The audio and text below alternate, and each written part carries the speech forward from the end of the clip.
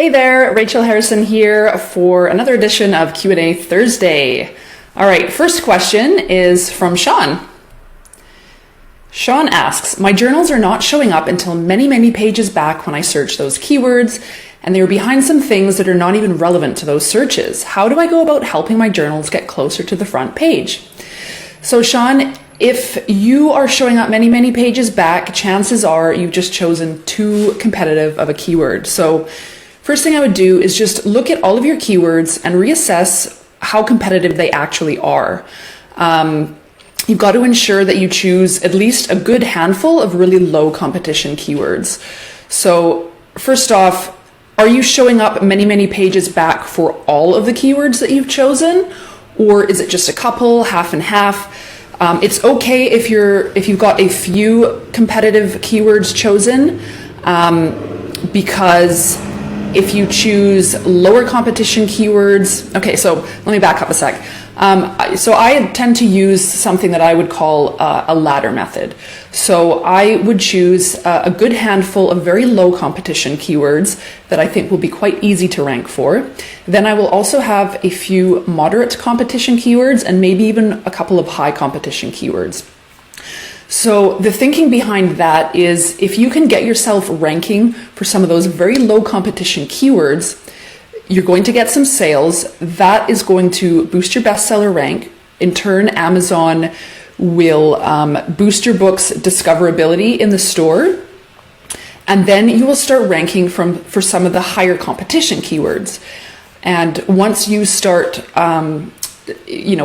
ranking from some of those moderate competition keywords, then maybe if your book starts generating even more and more sales, and you've got the snowball effect now going on, the idea is you will keep ranking for more and more competitive keywords as you go. But if you've just published a book, you're definitely not going to be ranking for those high competition keywords right out of the gate. So like I said, I would check all of your keywords, reassess all of them. Do you have a good handful of them that are very low competition?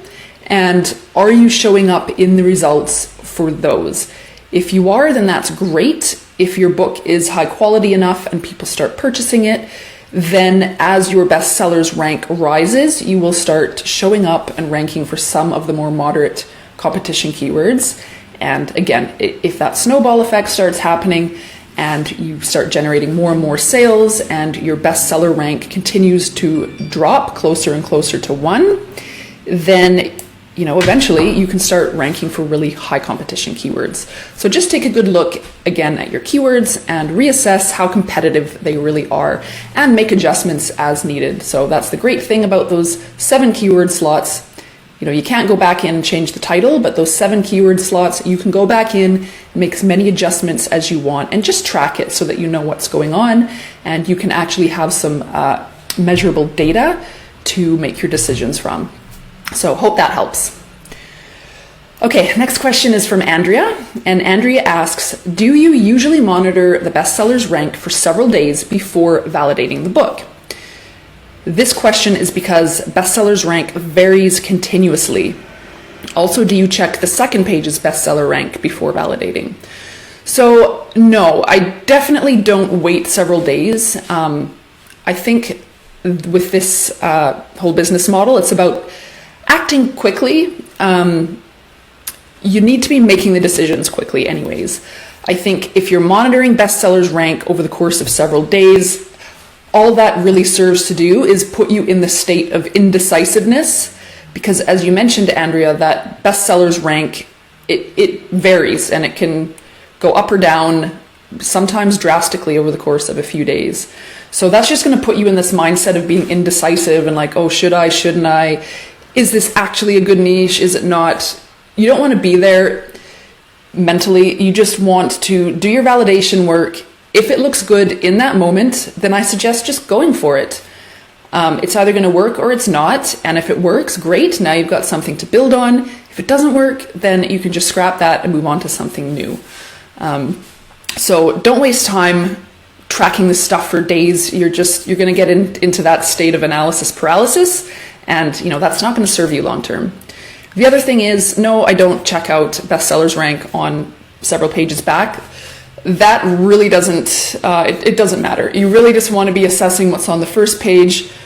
Most people, they're not going to go past the first page or the first couple of pages anyways. So that data several pages back just really isn't, it's pretty much useless. So yeah, I just always focus on that first page.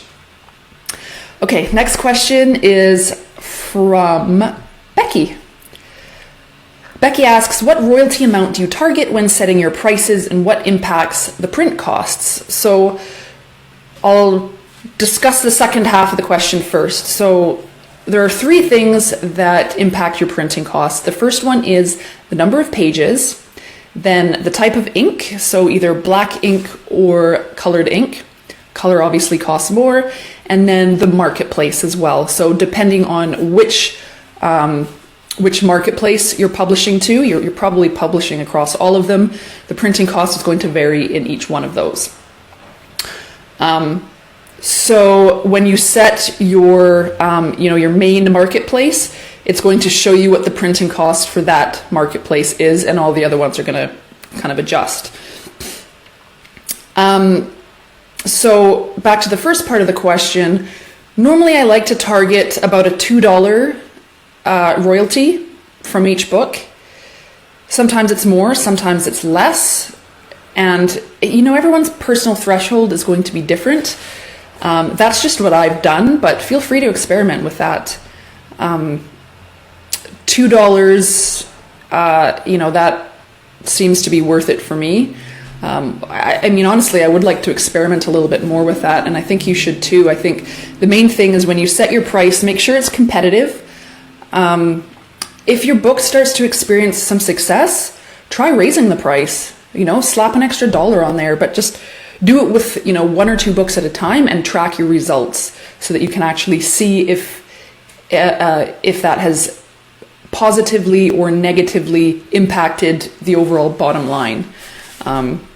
Because sometimes you might end up getting less sales as you're weeding out the more bargain shoppers, but you may end up actually generating more royalties at the end of the day because your price is higher. So you just kind of want to track that and do some experimentation. Usually, all of my books that fall below the $2 mark, it's because they have quite a few pages in them, like over 200. So that just forces the printing cost up.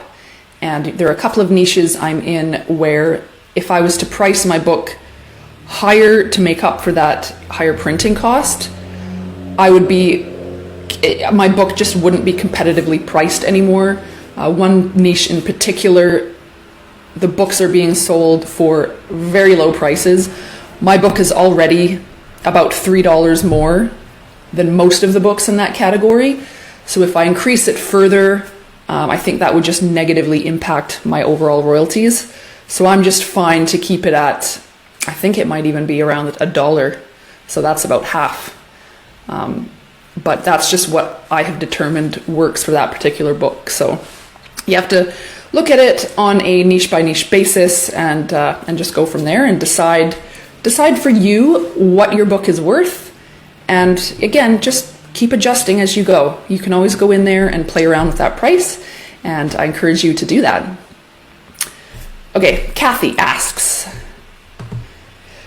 can the browse categories be in different department than books? For example, for composition notebooks, can I have them placed in office supplies? This isn't a book category, but composition books are school supplies. So unfortunately, no. That would be really, really wonderful if we could do that, but it's a completely different animal. What we're doing is we're publishing through KDP, which is their print on demand, so we only have access to the books category. If you wanted to get access to those other categories, that means essentially you're becoming an Amazon seller. It means you have to have your books printed somewhere else other than through KDP. So you'll have to find a printing facility somewhere else, and then you will have to have that inventory warehoused for you, either at your own home or a third-party warehouse, or I think you might be able to do it through Amazon FBA, so you would house it in their warehouse. But at that point, you're a seller, you're dealing with actual physical inventory. either at your own home or a warehouse somewhere, and that is a completely different animal. And if you do experience success with KDP's print on demand, that might be something that you might want to consider down the road. I know that there are a couple publishers out there that I see that have started with KDP, and I have noticed now that they're publishing elsewhere. They're publishing under their own company name rather than under Kindle Direct Publishing. So that means that they've decided to kind of go bigger with this, and they're actually having an inventory now. So I am seeing some publishers start to do that just to sort of expand their empire, but I definitely wouldn't start with that right off the bat. That's something you can do if you have success and you're just thinking about where you can take this, what's the next level you can go to. So that's down the line. Okay, next question is from Nick. When you decide on a niche, how many books do you publish initially to prove the niche? And if the niche looks promising, how many more books do you publish in the same niche? And does publishing more books mean that you are competing against yourself? This is a really great question. So normally what I do, if I've gone through the validation process and I determine that it's worth a shot, I'll usually publish about 10 to 20 books in that niche. If those become successful and I want to publish more, instead of just publishing more of the same and just kind of putting out another 10 to 20 similar books in that broader niche, I'll try and drill down a further level.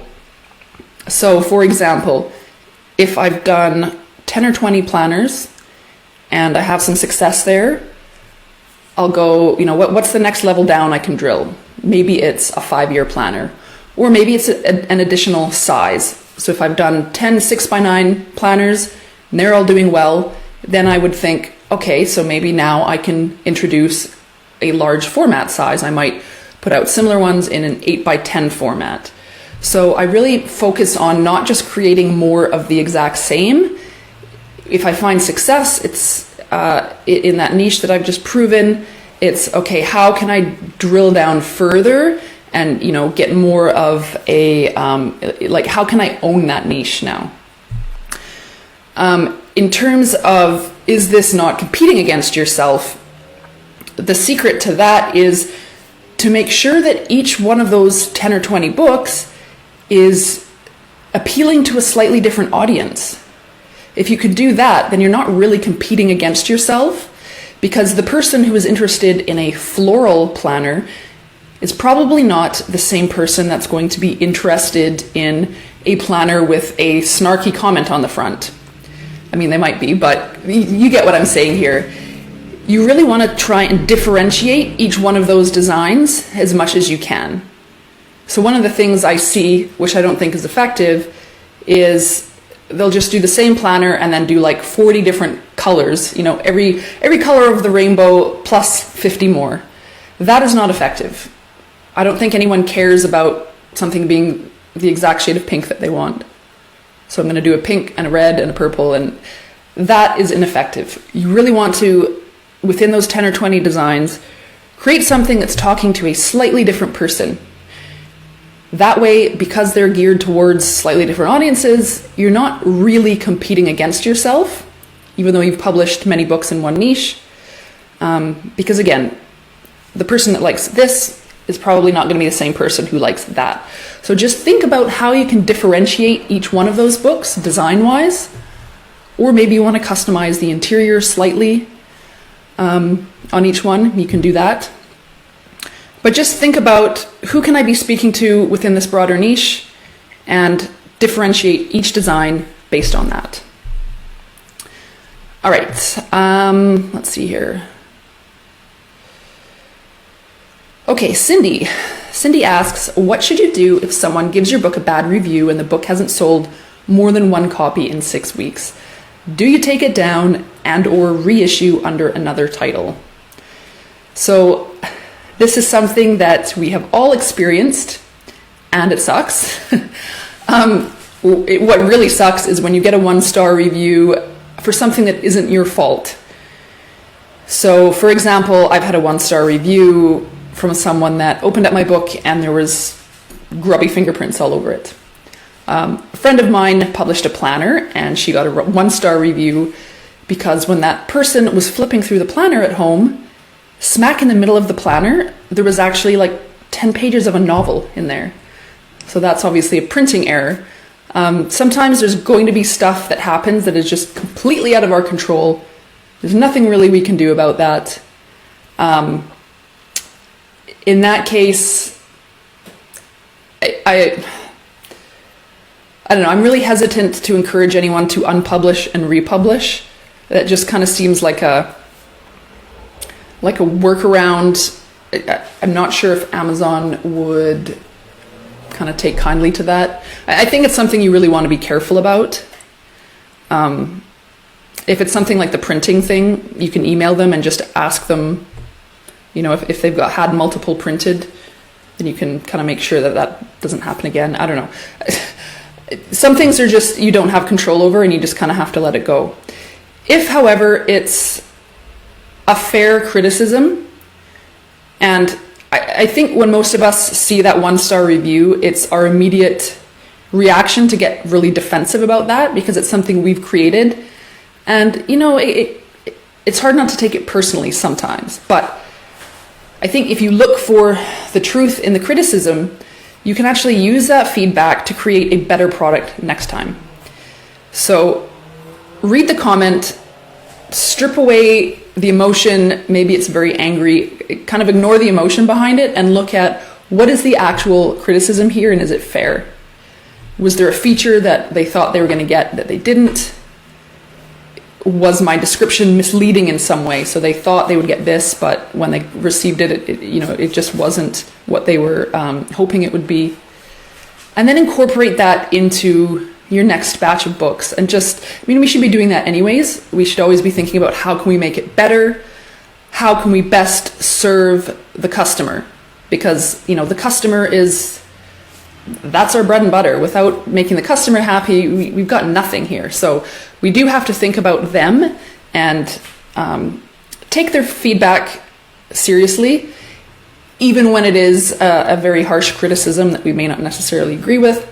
See if there is some feedback in there that you can kind of strip away the hostility and take to heart. If you want to unpublish it and reissue it as another edition, you can do that. I just wouldn't make a habit of, especially if they're legitimate criticisms, I would not make a habit of, okay, this book's got a 1-star review, now I'm going to unpublish it and I'm going to republish the same one again. I just wouldn't do that. If your book is a good book, you will get some positive reviews. I've had 1 or 2 bad reviews on a book, and then I just keep getting more positive ones. And, some people, they're never going to be happy. The most amazing, your favorite book on Amazon, you can search that and there will be at least a handful of people that have given it a 1-star review, and that's kind of just the way it goes. But in general, I don't recommend the unpublish, republish strategy. Just, take the criticism to heart if you can. If it's something out of your control, then if it's something you think Amazon can do something about, email them. Most likely they're not going to be any help there. So you just kind of have to roll with that. All right. Kimmy. Kimmy asks, are books uploaded one at a time? Is there any process that allows for multiple publishes in one sitting? So what I do is I open up about 5 or 10 windows all at once. And then when the first window is doing its thing and uploading, and you're sitting there and it's taking like 10 years, when that's going on, then you move on to the next window, populate that information. First window is still going to be doing its thing. Now the second window is doing its thing. And I just go down the line. That I find cuts down the time dramatically rather than just doing it one book at a time with one window. I think this just speaks to how many people are publishing right now. It never used to take this long. It takes so long to publish one book now, that upload time when you're sitting there waiting for the reviewer or the previewer to open, it's painful. So if you can get several windows open at once, that's what I would recommend. There is uploading software out there that you can get. I personally don't recommend it. I think it is a tricky... People that are using that software, they're using it to upload thousands of books at a time. And from Amazon's side, like, they can tell that it is not a human being doing that. They know what the software is for. It is essentially spamming the system. Oh, my camera's really out of focus here. There we go. Hopefully that wasn't going on for a really long time. Yeah, so I would just really, really avoid that. I think it's only a matter of time before Amazon cracks down on that sort of thing, because there's going to have to be something that is done for the sheer volume of books being uploaded. That's what I think anyways. I could be wrong, but I do not want my account tied to anything like that. I think you're getting into dangerous area there. So, some people I know have used it. They're totally fine to use it. They're not worried about it. So that's a decision you have to make for yourself. But I personally don't recommend that route. Uploading sucks, but it's just part of the process. The other thing is something that I used to do, which I don't anymore, is I used to pay a virtual assistant to do all my uploading for me, which was fantastic. But there is an area in Amazon's terms of service that talks about allowing other people to have access to your KDP account. Off the top of my head, I can't remember if it's like outright banned or if it's just like something they frown upon. Again, if you haven't read the terms of service, read them, make sure you know them. Obviously, I need to reread them because I'm forgetting about that piece of information. But it's something I used to do. I don't do it anymore. Now I just feel more comfortable having myself in the back end of that account only. So as much as uploading sucks, it's just part of the process. And again, I just got those 10 windows open and that's how I do it. And it does cut down time significantly. All right, final question is from Carrie. Do you set up an email account for each pen name and then have those emails all forwarding to one main account? If you include your contact info in your books, it will get really messy to keep track of all these emails. Is there some other way to go about organizing all of this? So I don't know of any other way. I do exactly what you just outlined, Carrie. I do have contact information for each of my pen names. So they've all got their own email address, and I just put that right with my copyright information inside that, on the second side of that first page. I've got my logo, I've got my copyright information, and then I've got the contact details. And each one has their own email address. Then I just have all those email addresses forwarded to my one main account. And if I get an email, and I don't get tons of emails, by the way, so this isn't some like, oh my God, I'm going to be dealing with like 400 emails a day. I almost never get them. If I do, it's thanking me for the book, which is awesome, obviously. And then I will start getting emails around the end of the year, usually for my planners, wondering where they can get the next version of that exact same planner and when it will be available. And even then, like I said, I'm not fielding dozens of emails or anything like that. It's just a few here and there. And if I receive an email, it's just going to go straight to my main account. And then if I want to respond, I can just open up that particular account and respond from that account. So it's really not anything complicated. It doesn't have to be some complex thing that needs organizing. It's simply just that. It's just setting up the email and then just forwarding it. So it doesn't take long at all. Okay, that is it for questions today. I hope you got some value out of that. Let me know if you have any further questions in the comments below. And as always, I will answer them next week. And yeah, that's it. So have a great Thursday, you guys. I almost said Tuesday. I have no idea what day of the week it is. And that means the weekend's coming. So have a good weekend too. All right. See you later, guys.